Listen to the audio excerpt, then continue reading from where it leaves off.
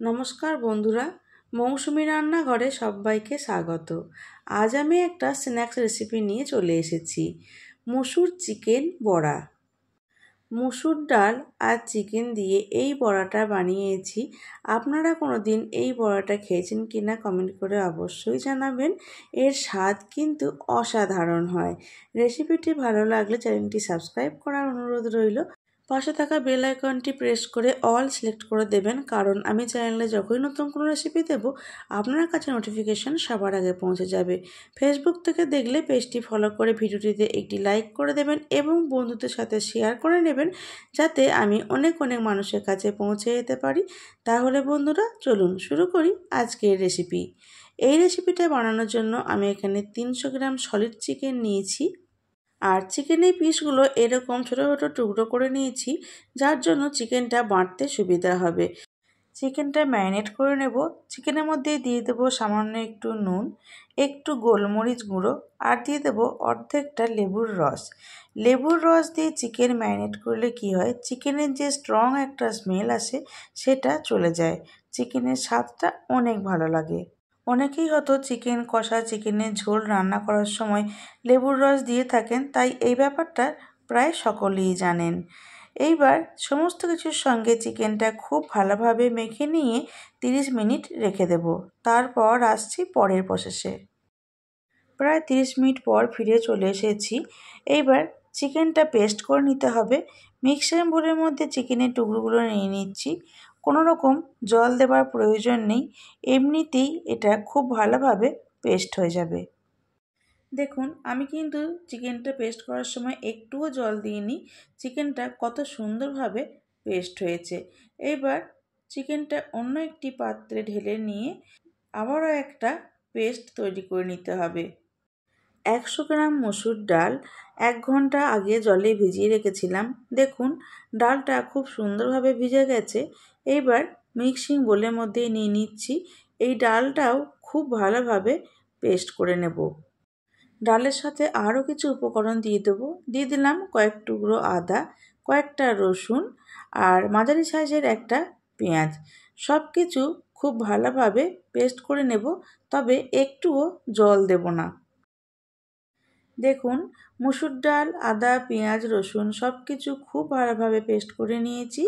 এইবার চিকেনের পেস্টটা রাখা আছে, তার মধ্যেই মসুর ডালের পেস্টটাকেও আমি ঢেলে নেব। এইবার এই ডাল আর চিকেনের পেস্টের মধ্যে কয়েকটা জিনিস অ্যাড করতে হবে। দিয়ে দিলাম স্বাদ মতো নুন। চিকেন ম্যারিনেট করার সময় একটু নুন দিয়েছিলাম, তাই সেটা মাথায় রেখে এই সময় নুন দিতে হবে। দিয়ে দিলাম সামান্য একটু চিনি, একটু কালো জিরে, 2 টেবিল স্পুন মতো চালের গুঁড়ো। চালের গুঁড়ো দিয়ে বড়া ভাজলে বড়াটা ভীষণ মুচমুচে হয়, এটা হয়তো আপনারা সবাই জানেন। সামান্য একটু হলুদ দিলাম। দিয়ে দিলাম স্বাদ মতো কাঁচা লঙ্কা। আমি কাঁচা লঙ্কার পরিমাণটা একটু কম দিয়েছি, বাড়িতে বাচ্চা আছে বলে। আপনারা কাঁচা লঙ্কার পরিমাণটা আর একটু বেশি দেবেন। দিয়ে দিলাম বেশ কিছুটা পরিমাণে ছোটো ছোটো টুকরো করে কুচিয়ে রাখা পেঁয়াজ। এইবার হাত দিয়ে সমস্ত কিছু খুব ভালোভাবে মিশিয়ে নেব।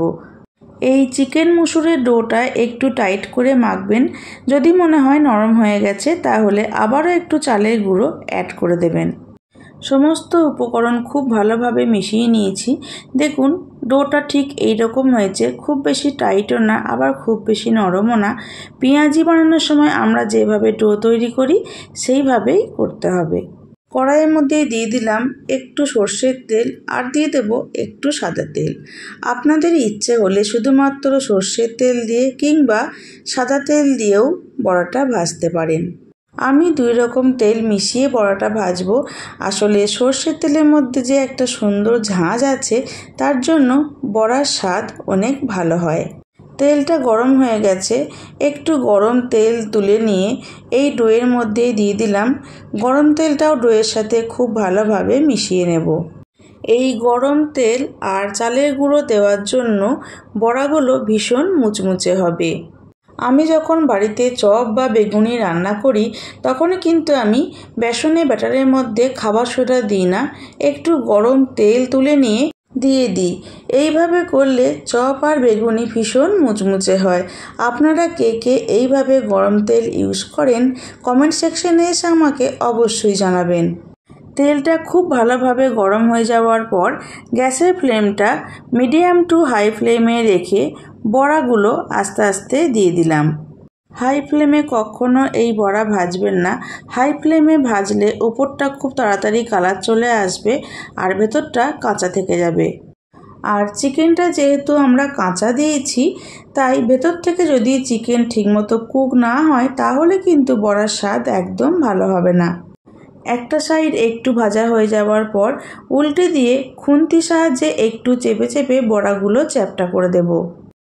গ্যাসের ফ্লেমটা মিডিয়ামে রেখে বারবার উল্টে পাল্টে বড়াগুলো ভেজে নেব যতক্ষণ না পর্যন্ত বড়াগুলোর গায়ে গোল্ডেন ব্রাউন কালার চলে আসছে। দেখুন বড়াগুলো কিন্তু একদম গোল্ডেন ব্রাউন কালার চলে এসেছে। এইবার তেল থেকে তুলে নিচ্ছি। তারপর বাকি বড়াগুলো ঠিক একইভাবে ভেজে নেব। বন্ধুরা, রেডি হয়ে গেল আমাদের ভীষণ সহজ এবং সুস্বাদু একটা স্ন্যাক্স মসুর চিকেন বড়া। আপনারাও বাড়িতে একবার এইভাবে তৈরি করুন। তারপর টমেটো সস, পেঁয়াজ আর লেবুর রস দিয়ে পরিবেশন করুন। আর আমাকে জানাতে ভুলবেন না রেসিপিটি আপনাদের কেমন লাগলো। ভালো লাগলে আমার পাশে থাকার অনুরোধ করছি। আজকের মতো এই পর্যন্ত। আমি আবার আসবো অন্য কোনো রেসিপি নিয়ে। ভালো থাকবেন, সুস্থ থাকবেন। ধন্যবাদ।